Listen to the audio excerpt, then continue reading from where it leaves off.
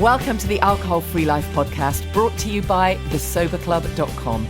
I'm Sonja Grace. This is for you if you've quit the booze or you'd like to, or maybe you're just sober curious. I'll bring you tips and motivation without any judgment, and there'll be inspiration from experts, quit-lit authors, and sober heroes.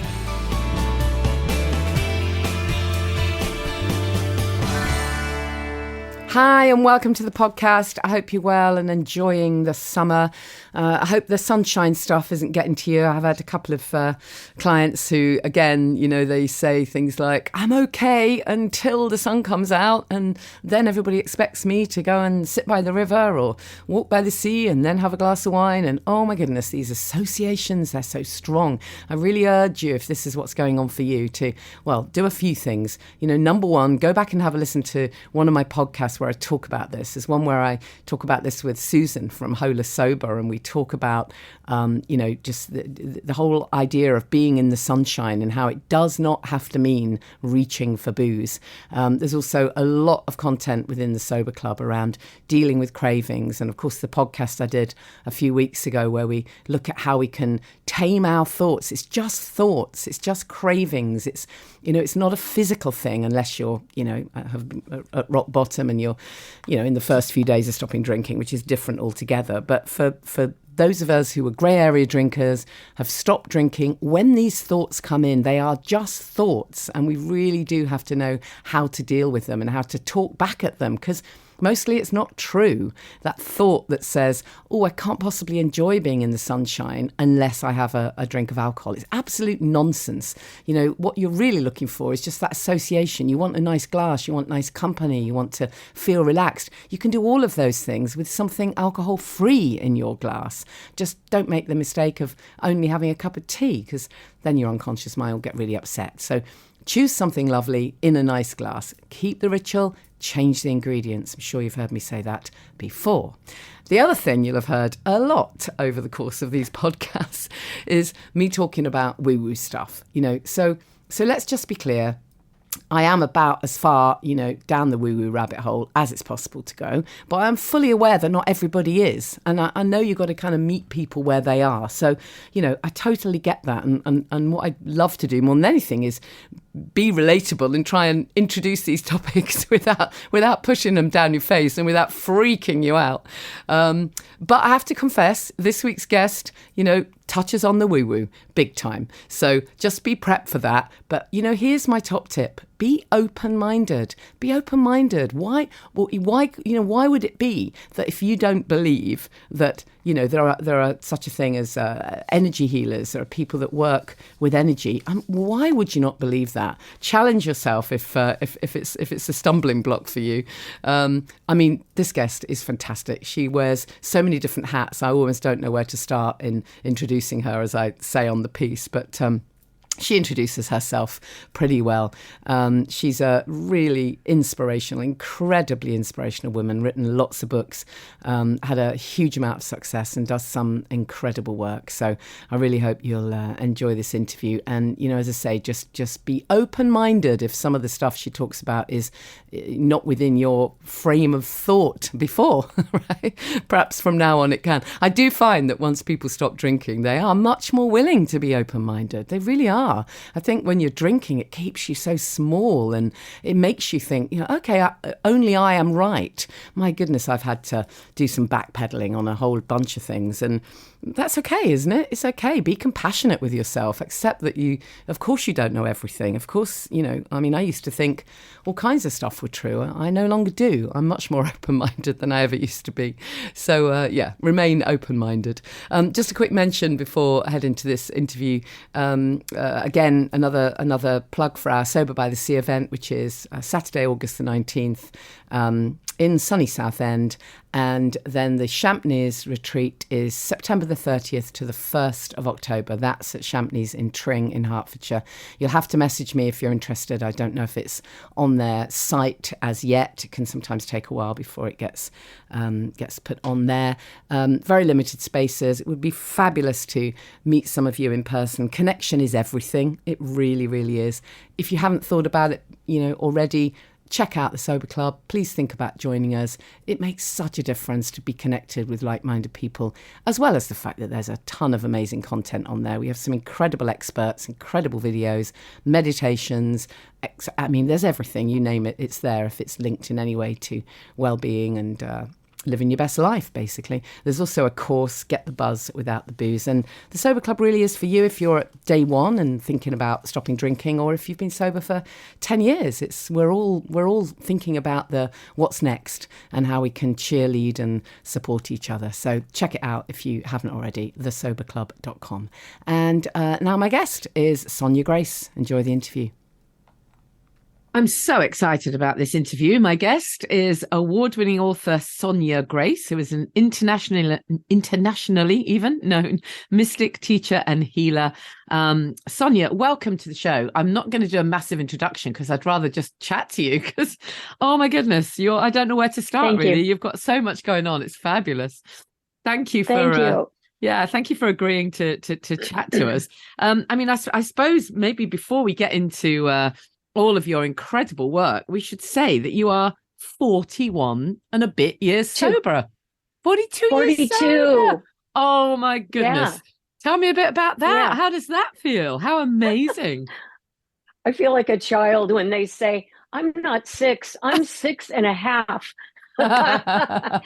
I know 42 years is a long time. And yes, I've been sober longer than I have not been sober. I had 10 years from early on until I was 23, that I nearly died, and lots of really difficult things were happening for me. And I have 42 years of sobriety, and my early life, childhood, dysfunctional family, socially acceptable dysfunctional family, and a lot of using time growing up in the 60s, 70s, and being in that groove of everybody's doing drug, sex, and rock and roll. I had a death experience as a result of that. And when I did get sober, I was actually studying with my first teacher, and the energy started to change. My whole body started to change, and I got a migraine that lasted 3 days. And I laid on the floor of my house, unable to move. I mean, literally not able to move. And it was very clear. It was like, God coming in and saying, okay, you're going to get the message now. And, the night that I did actually have a death experience, and I was brought back by a nurse down the street, I did see God right in front of me, right in my face, saying, you came here with a very, very important purpose. You're a healer. You need to get it. If you don't get it, you won't survive it. And that's, of course, then when I moved, I went to San Francisco and sat in front of my first teacher. But I didn't get the whole message, which is what brought about, the migraine. It's like, oh, well, you got part of the message, but now you need to get the whole message. So since then, 42 years later, I am really grateful. There's not a day that goes by that I don't think about how important it is that we stay in gratitude, because that I was going to talk to you about this today. There's such a prevailing feeling of arrogance going on, especially in the spiritual community. And I'm sort of like up to here with it, because people are forgetting our gratitude. We're forgetting that the path that we're walking is not paved with a lot of really shiny, sparkly, golden things.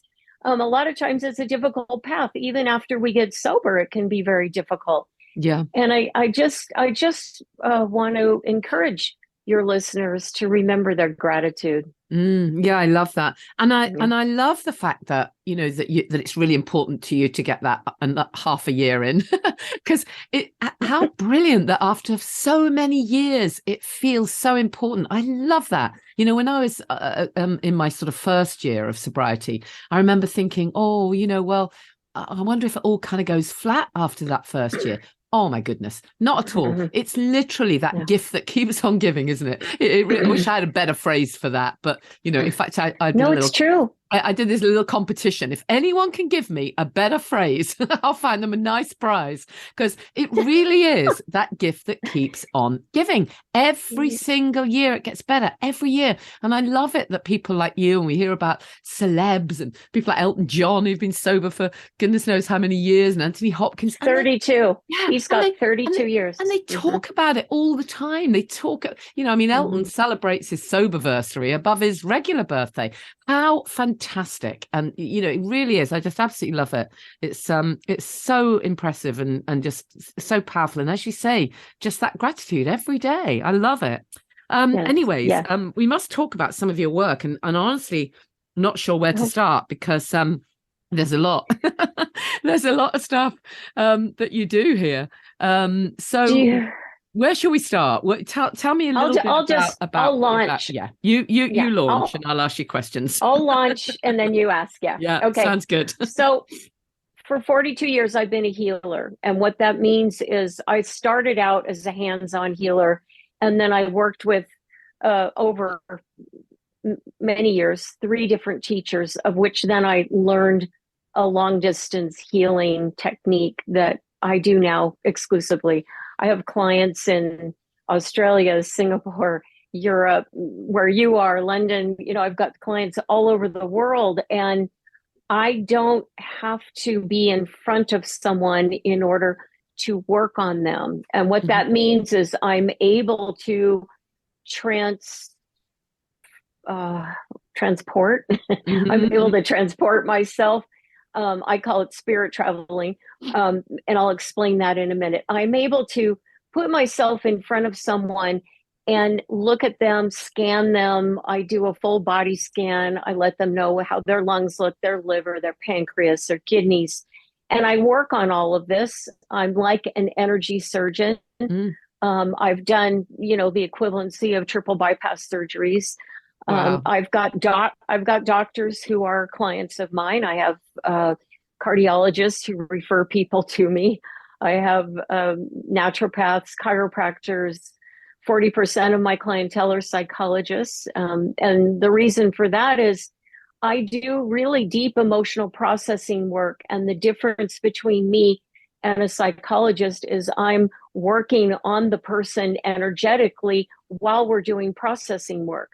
So it's felt at a much deeper level, and it actually is sort of making more headway because we're excavating those emotional wounds out of the body.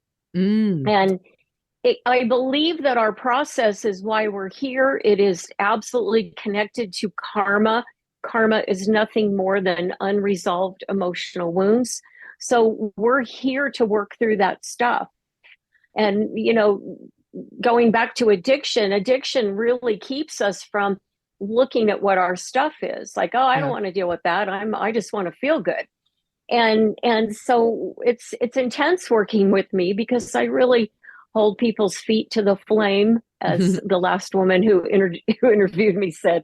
She's a doctor, and she really was going down that road of integrity and accountability. And I told her, you cannot do this work without having really committed yourself to the deep inner processing work that needs to be done. There's way too many healers out there that are wounded healers. Yeah. And they're not addressing their own stuff. They're just willy-nilly out there telling everybody how the buffalo roam. And, it eventually catches up to them, because a lot of them call me and say, oh, I've got something on me. And of course they worked with someone and got something attached to them. And I clear entities, I clear alien stuff, I take implants out of people's bodies. I mean, I see all levels of the astral plane, from the lowest, smarmiest things all the way up to angels and demigods. And I do choose in my daily life, through my meditation, to stay focused and sort of in that realm of working with angels. That's who I work with. Yeah. My guides are highly evolved angelic beings, and they've been with me through all my lifetimes. So this is my path.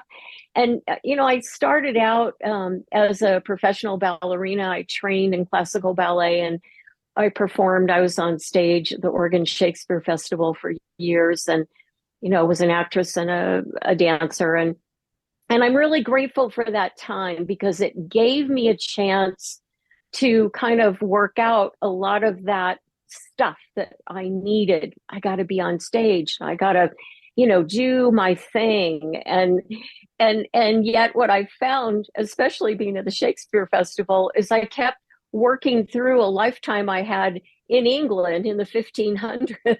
And it was perfect. I got to totally dress up and be in costume for it.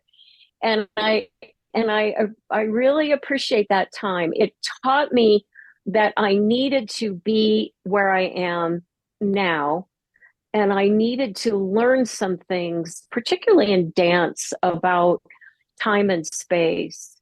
If you know anything about ballet or dance, chaîné turns are really fast turns you go across the stage and or the studio, wherever you are. And there's the idea of, we all count to 8, or it's 4/4 time, or it's, whatever the music is. So how many chaîné turns can you do to the count of 8? And I was always sort of in the land of physics trying to oh, wow, I can do 16. Oh, I know I can do 24. I mean, you're changing that perception of time and space. And that's where I arrived as a spirit traveler.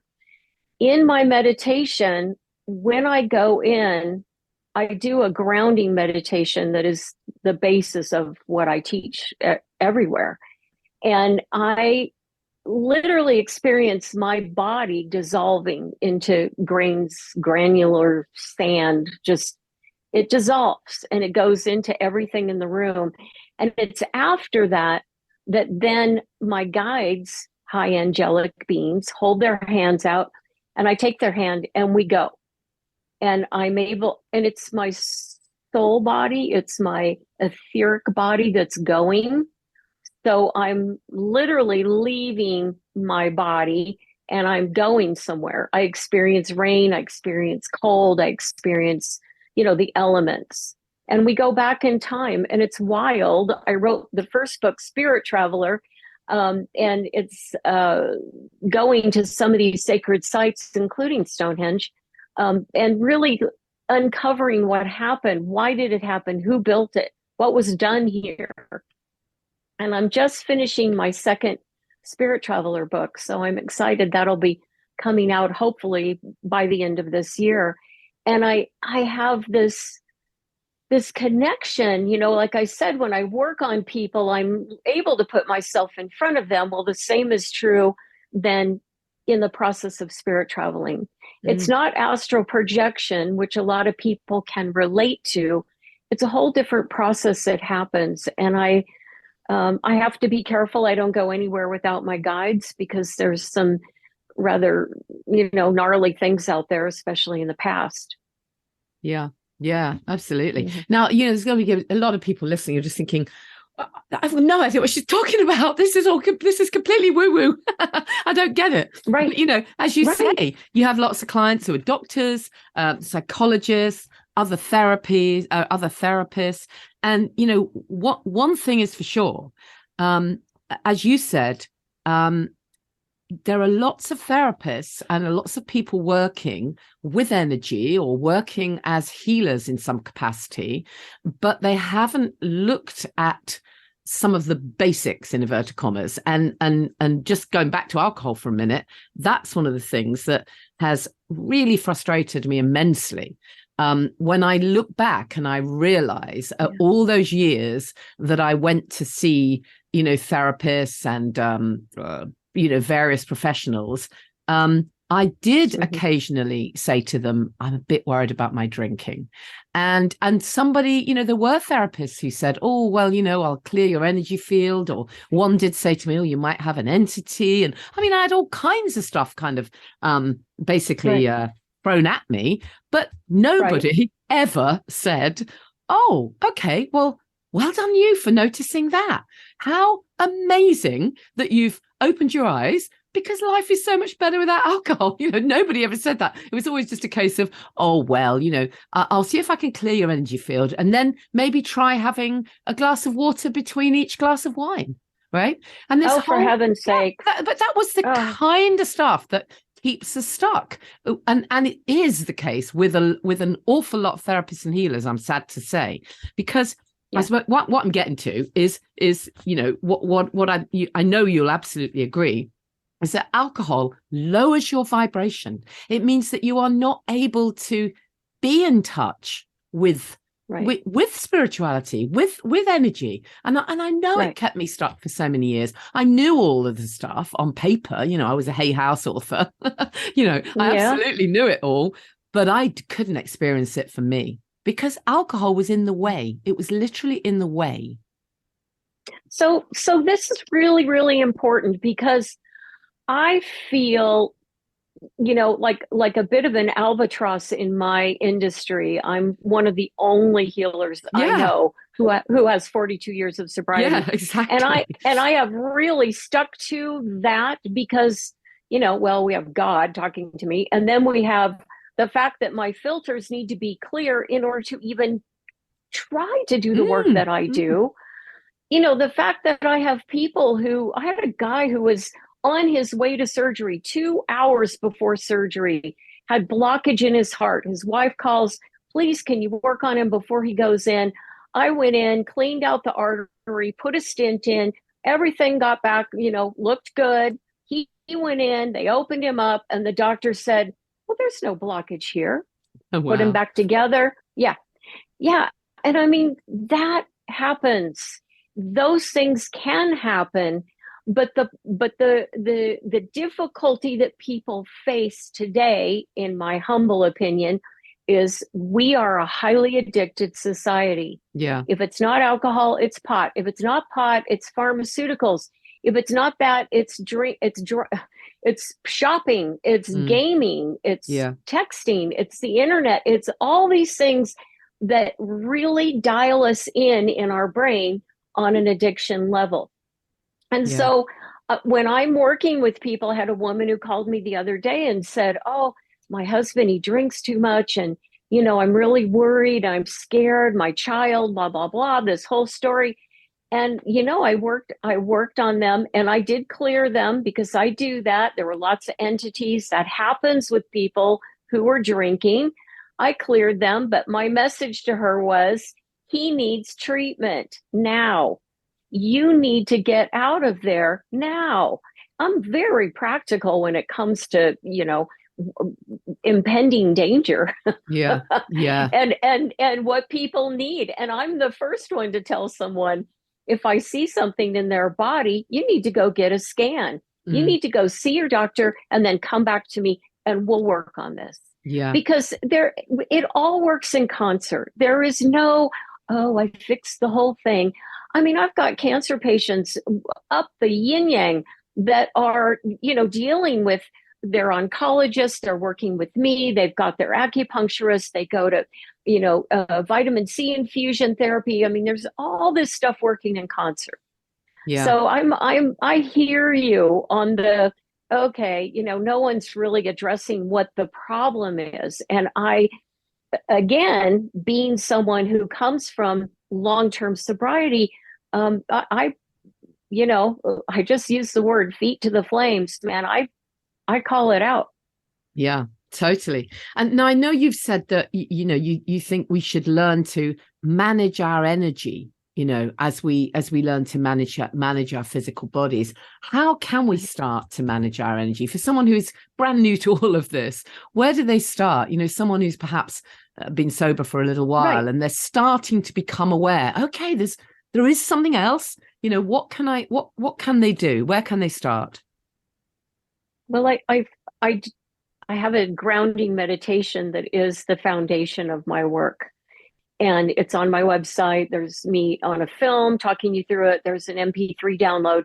It is connecting your energy centers through a cone of energy down into the earth. And I talk you through it it's a practice that is phenomenal because it is redirecting what we normally do with our energy. For example, someone's walking down the street, you got a whole bunch of people passing you on the street, but everybody notices that one person. And you're looking at that one person going, God, what is it about them? Because maybe they're not super attractive, but there's just an energy about them. And if you can see energy like I can, what you would see is their second chakra, their belly chakra energy going out and connecting with everyone on the street. So you're looking at them like, wow, and they've just got that sexual energy going out towards everyone, and you have no idea, most people, what's coming at you. So what I teach is when we ground that energy and we're receiving earth energy up into our bodies, we're actually much more aligned with what we're here to do. We're much more aligned. It doesn't mean we're not sexual anymore. It means that we actually have more energy. And that's the thing that people are forgetting with the planet is she's the reason we're here. She is why we came here. And the fact that our bodies are 60% water and her body is 71% water, and water is the connector of all things in the universe.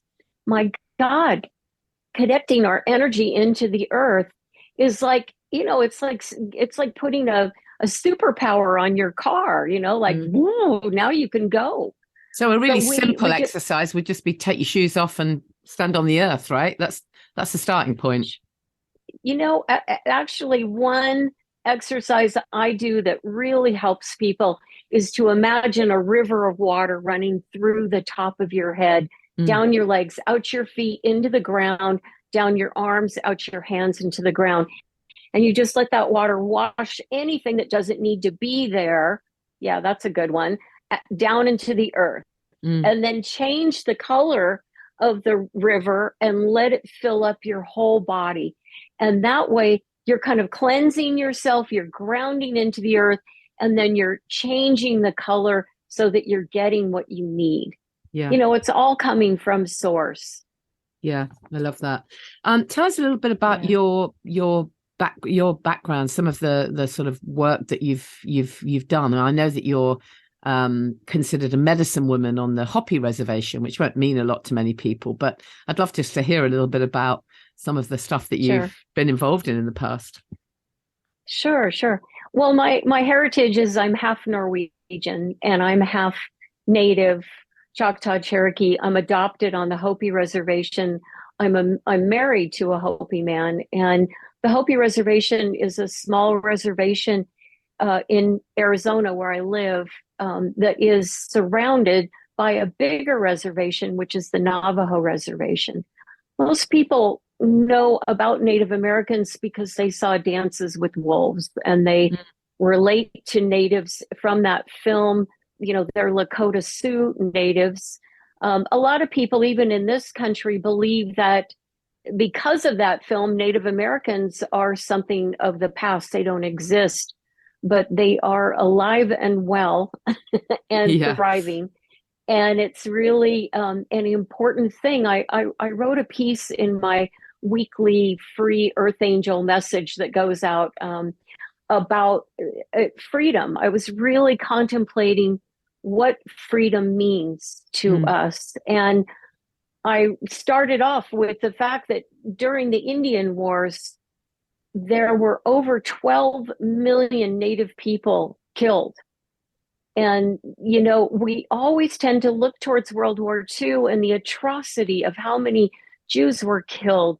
And that is important. And that's really hard to still carry, even though it's 80 some years later. But Native people, they're all over the United States. And, there's not a lot of accountability in this country for that atrocity. I love going to Europe because there's monuments everywhere to World War I and World War II. It's like, you guys don't forget. And I wish there was more of that here in the States. Yeah. My background tends to be more on the Native side because I'm involved. I'm adopted in Hopi, and I work on a lot of people on the res, and yet my Norwegian heritage is very alive and well. It has. I wrote a book and did a set of oracle cards called Odin and the Nine Realms, because I had some really profound experiences in my spirit travels to different stone circles and sites in Norway, and met up with all the Norse gods. So what I want to say now in respect to the things that I'm sharing with you is we tend to relate to things based on what we've experienced. Yeah, so for yeah. example, if I'm talking about meeting the Norse gods, maybe one of your listeners has had a weird moment in their grandmother's house and they thought they saw their grandma, a ghost. And that's their point of reference. My point of reference, where I come from, is like really, really different than what most people will relate to. Oh, I had a tarot card reading. That's what I can relate to. Or, I go to church, but I feel there's something more. That's what they relate to, which is great. But in the idea of understanding someone like me and all the things that I'm capable of doing, there has to be a point where a person steps outside of their own box and expands their consciousness and says, wow, okay, there are people on the earth that can do these things. Yeah, no, absolutely. Really well explained. I love that. And I know that you run a meditation peace project. Tell us about that. Mm-hmm. Once a month, I hold a Zoom meditation peace project where I take the group into a very deep state of peace, and we expand our peace so that it literally wraps around the world. There's healing that takes place during this. The angels come in and do healings on everybody. We put the world community in a circle, and the angels do a healing on them. We're really, the goal, and what I do is I talk people through the grounding meditation. My goal is to help people learn what that space, that inner peace really is, so that can be the go-to place that you opt out for, instead of I've got to go have a drink, or I've got to go shopping, I've got to get on my phone, whatever that addiction trigger is. It's like, no, I'm going to go into my inner peace now. And it is something that is learned, in my opinion. It's something that it helps to be directed where that is and how to expand it. Yeah, absolutely. I love that. So just tell us where people can find your stuff then. Obviously, you've got your book, Spirit Traveler, Dancing with Raven and Bear, which I know have won Beverly Hills Book Awards. You've got an Earth Angel training course. That sounds interesting. And the Oracle Odin and the Nine Realms. Then I'm guessing everything is at sonjagrace.com. Is that right? It is. And it's SonjaGrace.com. And you and I must be related. Yeah, absolutely. Yeah, absolutely.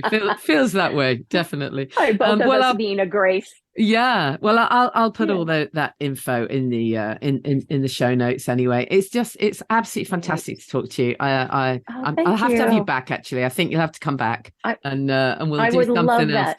Yeah, let's come back on and we'll dig deeper into one of these kind of angles of the stuff that you do. That would be fantastic. I would love it. Love the sound of everything you're doing, and congratulations again on your amazing years of sobriety. It's just wonderful. Thank you so much for being a great guest, Sonja. I appreciate it. So that was something, right? I'm going to put the links to Sonja's work on the show notes. As already mentioned in previous podcasts, we do offer family constellations. I work with a leading trauma expert. Sometimes, we need to do something that shifts the entanglements, that just helps us have a new perspective. And family constellations and the one-to-one work I do with matrix reimprinting is just amazing for all of that. It really is. So get in touch if that's of interest. Check out the Sober Club. Don't forget the events that we've got coming up. And another plea for your favourite podcast episodes. Some of you have listened to all of them, right? Not far off 250. It's incredible. I can't believe I've been doing it this long.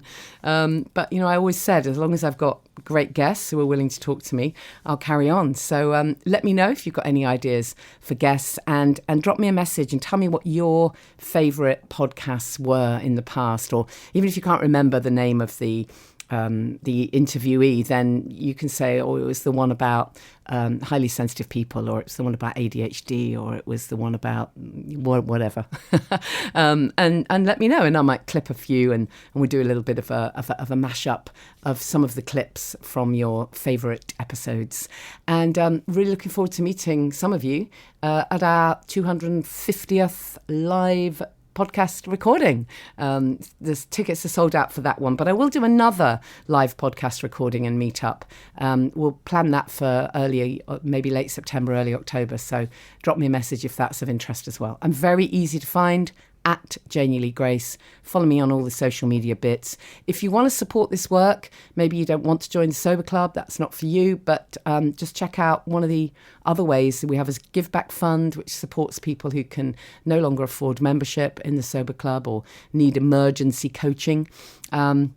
And you can also go to buymeacoffee.com/Janie Lee Grace. But always remember that I would much rather have a coffee with you in person. So if that can ever happen, I look forward to it.